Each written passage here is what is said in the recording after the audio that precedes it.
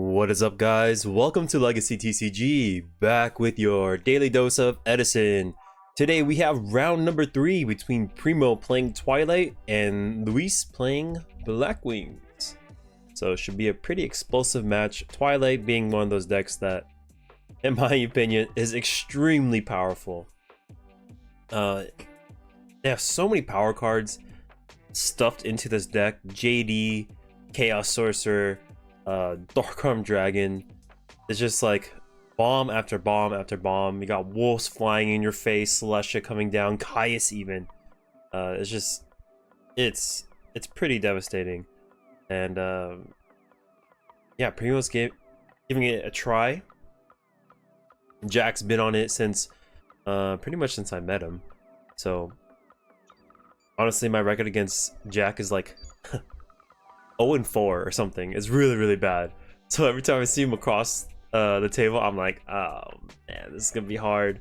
Like sometimes I'll feel okay, and then out of nowhere this deck just kind of draws into its outs, and then, you know, answers your board, clears it, like sweeps your back row, and then goes in for the kill. So we're gonna take 18 here, and then it looks like Primo discards Aaron to take control of Shura, which is nice. We're gonna copy the 4. Ooh, the Heavy Storm also hits the Torrential. Okay, we're gonna go into a 6. This is a lot of pressure very early on for Primo. Oh, I took it from the wrong side. Let's see. Ooh. And now we will take 18 and 28. Do we have a Gores? No, we do not. But we do have Icarus Attack that can break this board apart, especially with no back row to speak of. We do have the bird. Icarus comes down, sets 3, doesn't have to worry about Heavy Storm anymore. The only thing you really need to care about is Judgment Dragon. That boy is more than a Heavy Storm. It is a Heavy Storm, Dark Hole combined. So we're gonna ick this. Swinging for 14. Little bird goes in. I think he has another Icarus Attack. So let's see if Primo is able to play around it. He's gonna set 1 card, pass. Maybe a Raikou, maybe Arcus, maybe a Necro. Not really sure. We did trap Dust Shoot a Raikou back to the deck. Yeah. Primo, his main deck is Blackwings, so he's gonna do his best to play around cards like Icarus Attack. The M4 mat that Yggdrasil has produced, initially, I was not a fan. I didn't like the texture. I liked their M1 way more. But ever since I got the entry mat for the LDS, it's actually really grown on me. The ink stays onto the mat very oh my goodness, look at that damage. It's a sack for Sirocco, special Boris, special Dark Arm Dragon sweep. All right, out of nowhere, Luis ends the game. No back row to speak of for Primo, especially since he's on Twilight. There's not a lot of things to interact with back there. One of the things he did talk to me about when playing Twilight is that it's weird not having the back row. You have to kind of beat your opponent with just the effects of your monsters.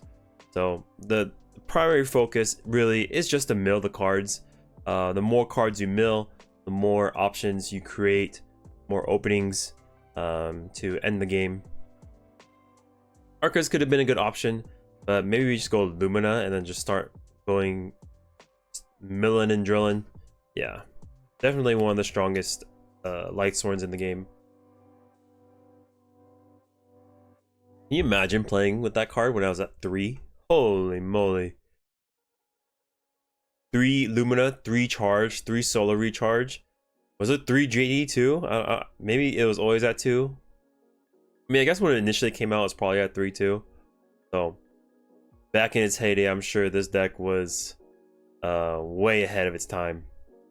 So we're gonna pitch special. He's gonna reorganize his graveyard. 3 names engraved, end phase. Yeah, this is a very powerful strong opening for for Primo. All the names are set. Once these cards go to the grave, then his JDs will be live. He's got two darks in grave, just one more dark. Makes Dark Arm Dragon live. A lot of things have to happen Luis's way in order to win this game. This start is what you do not want to see when playing against like any sort of Lightsworn variant. When they're milling like 10 plus cards a turn for one turn, you're in trouble. Icarus attack is gonna take down these two, and we're gonna pass. Look, his names are all set. Every name is accounted for, and a Dushu might save him. So no JD in hand. We do have 2 darks in grave, so one more dark makes things a lot more difficult for us. We do have Fan of Chaos to banish Judgment Dragon to blow up the field. There's so many avenues to victory for Primo. And the Fan of Chaos also plays around oppression too. So Luis just, you know, it's like, what the heck do I take? I don't even know. He's got set value. We already used one of our Icarus attacks. We're gonna get rid of Gores. In the event he does out pressure Primo with that hand, he wants to be able to end the game. All right, Arcus gonna swing over Bayou. We get a wolf for our trouble as well. Yeah, every time they special a wolf, it's so... Woo! Okay, Honest is gonna be used. We're gonna take 12 here. Every time they bring out a wolf, it feels... It's like 2 ends of the spectrum. It feels really, really good for the Lightsworn player, and when you see it on the other side, you're like, oh my gosh, like your heart breaks. Because 2100 damage for free is very difficult to handle. Like, clearing it off the board to make sure that Celestia isn't an issue, it is quite hard. Okay, he's gonna send the Chaos Sorcerer and JD back. He wants to actually draw that card. Doesn't want to banish it with Fan of Chaos. Since Fan of Chaos is just a one-time use, he wants to have that dude stick on the board so that he can win. He did return some of the darks, so that is the downside. Okay, Lila breaks the Dimensional Prison. Another side note for Lightsworns is they're probably one of the best back row breakers in the game. Maybe behind, or even ahead of Blackwings, because you can search for these Lilas. You can pitch to special a Lila, just naturally draw them because it's a 3 of. Celestia also pops. Like, it doesn't really interact with a lot of battle traps. They probably don't play into it until they deleted it. I guess smart players would do that, you know. So bottomless for the Goyo. And we're gonna mill 2. I think that's 2 darks. One more dark, we're gonna be in trouble. I think we take damage there. Was it in defense? I'm not sure. I don't think we did. I think he just left it in defense and passed. I'm pretty sure the names are full. We just need the monster itself, JD. Hopefully Luis does not have a way to OTK us. Alright, he just sets and passes. Is afraid of the Gores. He did send it back, but there's definitely a possibility he could have drawn it off the Pot of Avarice. We're gonna Chaos Sorcerer, banish this bird, and pass. He's done his job. Traded 1 for 1. Or actually 1 for 0. Mind Control banished itself. Mind Control is a pretty potent card just because you can use it to take control of JDs, nuke the board, and then maybe apply some pressure afterwards. Not necessarily convert the card, but maybe use the card to just do your bidding. We take 17 here. We're gonna drop Trag. We're getting pretty close to... Oh, okay. Yeah, we're gonna ick the Tragodia. We're gonna, after pitching for effect to try to steal, and we have to pop our own Heavy Storm. Heavy Storm wasn't really doing that much for us anyways. The only thing we're really Heavy Storming is maybe Decree, and we don't even have that much back row, so I guess we just do that. Okay. What happened? Allure of Darkness. JD is gonna pay 1,000, and we're gonna swing in for 3K. All right, mill fort. 1, 2, 3, 4. Gores is engraved, so the information is out. If we do manage to break this, then we know we can make a push since Gores is known information.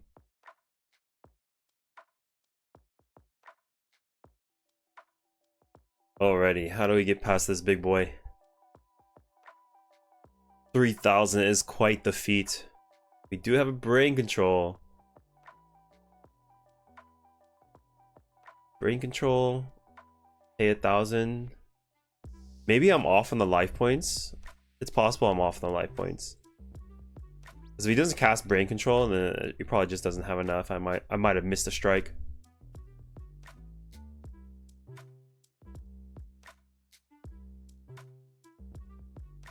Okay, he just picks up the cards. He had Icarus attack. He could have, you know, maybe chained it, but Primo did have like 5 or 6 cards in hand, so it wasn't looking too good for Luis. He does get to go first, gets to set a monster to back row. Maybe we have Starlight Row in the back. Maybe it's a draw trap. You don't know. Blackwings is tricky like that. You don't know what you're actually destroying unless you know the player, right? Okay, Arcus swings in over Kalut, and we're gonna mill too. Heavy Storm gets milled. We're liking that. Here comes Whirlwind into Sirocco. And we'll peck in with this. All right, we'll take 12. We expend one of his Honest. We're fine with that. We're gonna replace the Sirocco with the Shura next turn, anyways. And Primo really needs to get the milling done. Here comes the Lila. It will eat a bottomless. Lila is one of those cards where you just have to answer her with your bottomless. There's no like deciding whether to activate her or not. You just have to. But she's gonna eat a card, and it might as well be the bottomless, right? So I think Luis takes 12, and then we're gonna swing in. Another Honest is gonna blow up our bird. We do have the Blizzy in hand, so it's not all doom and gloom, but if Primo is able to add a little bit more pressure, then this game might be ours. Here comes Arcus. Mirror Force has to be used. Oh man, not a card you want to be using on the Arcus, but he was pinned in a position where he's like, I gotta use it, otherwise this card might take it all the way. So he's gonna put it in all the he's gonna leave 2 names in the grave, send everything back. 2 Honest, JD, I mean Dark Arm Dragon, and Lumina. I think a Lila too was in there. Draw 2. Allure Darkness. They do run about 9 to 10 darks, so they're able to run this Allure. We're gonna set a card, set a back row, and pass. A little cheeky T set. Talking about T sets, there's also a tournament beginning of December. It's Totagon's T set. It's like Totagon's Switch Edison tournament or something like that. I like the acronyms he used. He used a classic move in Edison to describe his tournament, and it all kind of lined up well. So he has like 2K plus in prizing, a lot of gem accessory products. Team OC, the team I'm a part of, will be there. At least a lot of our members will be there to support Totagon, because Totagon is also part of Team OC. So we're gonna Lightning Vortex, and the Decree is gonna hold firm. Okay, so yeah, excellent. Raiko's gonna peck down the Whirlwind, swing in for 200, send a card, and pass. Okay, Heavy Storm. Both Decrees go down. We have access to any traps if we need it. Oh my goodness, that's rough. All right, we're gonna go into Goyo. Does he just attack with it, or do we just pop it? Yeah, we pop it because even the Raiko can take down one of our dudes. So we're gonna take 56 here. Does Primo have the gas, the juice? We're staring down a very potent combo. It looks like he has an Honest in hand. He can get rid of the Dark Arm Dragon. We're gonna Honest over that. to 2100, and then we're gonna mill 2. Maybe he mills Necro or Wolf that can save him, but the brain control is there. It's gonna do enough damage for us to take the victory on Luis's side. Congratulations to him. That was a really fun match. Twilight, definitely a deck I do not want to see on the other side of the table. It is stressful, but Luis was able to get there with the Dark Arm Dragon Goya combo, and yeah, that came in clutch, applied a ton of pressure out of nowhere, effectively ending the game in 2 turns. Yeah, that is the power of a dad. Anyways, if you guys like the videos, make sure to hit that subscribe button for me. Thank you so much for watching, and I'll catch you on the next one. Peace!